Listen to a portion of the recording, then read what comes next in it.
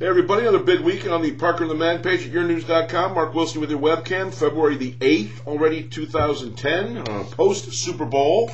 Got to admit, a little crispy after a little Super Bowl party action, you know, because when you don't have a team in it, you just watch it casually. But I'm writing for you, and, you know, being the conscientious reporter that I am, I wanted to make sure I had all the, you know, I's dotted and the T's crossed, so, you know, I kept away from the heavy libation. Thank you very much.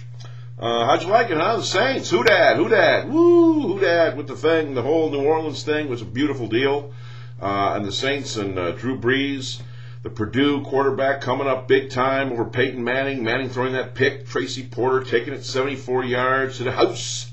And the Saints coming away with the win. And, you know, I don't like to brag, and I did write this. I don't like to, you know, I don't like to self-promote or anything. I don't want to pat myself on the back here, but I did get it right. If you saw the pick on Friday, I said Saints 34, Colts 27. I was actually kind of rooting there at the end for Peyton Manning and Dallas Clark or somebody, or Joseph Adai or someone to hook it up and get that touchdown to give me that spread, that 7-point margin. That 7-point margin deal, it would have been more in focus at that point. How do you like that, right? Right down the field they went. Colts start off with a 10-0 lead. By the way, the Saints winning. People didn't talk much about it, but that ties the greatest comeback in Super Bowl history, 10 points. Happened years ago, and, you know, the Saints were able to pull it off against Indianapolis. Jim Caldwell, the rookie coach, does not get the win, but Sean Payton, you know, kind of underrated now as a head coach in the NFL with that first Super Bowl championship. And who isn't happy for the city of New Orleans?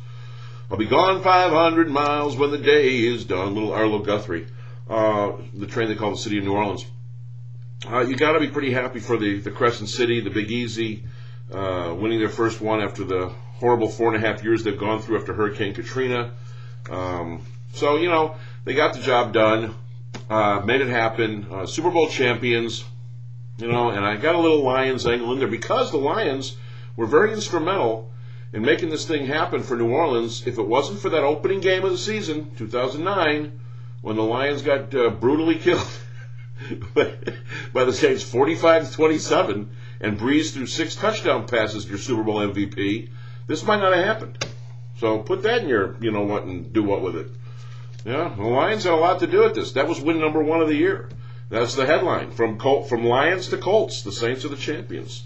So read all about that in my column today on the Parker and the Man page. Also a little bit on the Super Bowl ads. I love the David Letterman, Jay Leno, Oprah spot for CBS. I don't know why Leno consented to do that, but good for him.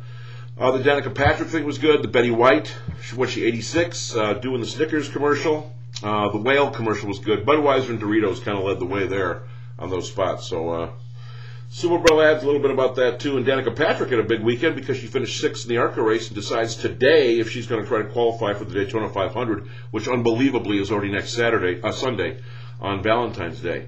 The Lindsey Vonn controversy, the skier, U.S. Olympic skier, who will, of course, this is Olympic week, starting off in Vancouver on Friday.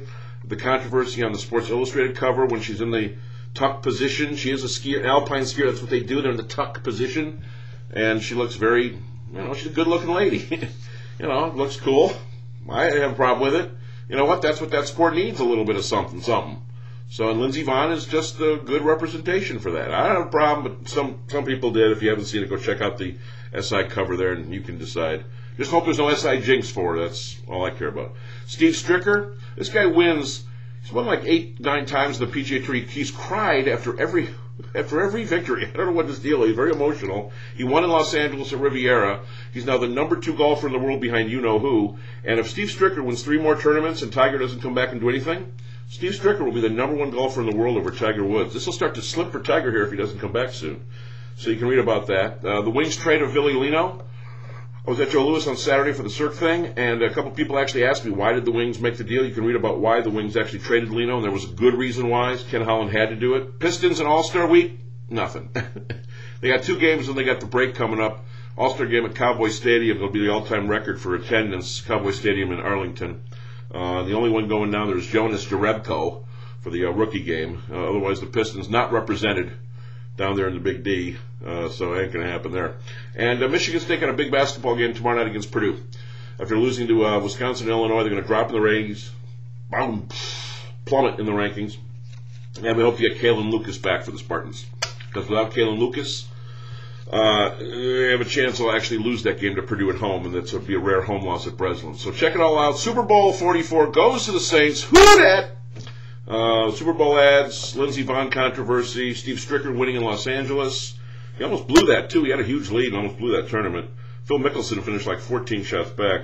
The Wings traded ville, leino, and what they're up to this week, a little schedule stuff between the Wings and the Pistons, and the Spartans hosting Purdue tomorrow at Breslin. Big game, without question, in the Big Ten. That's your Parker Demand page, yournews.com. Happy navigating for another big week, everybody.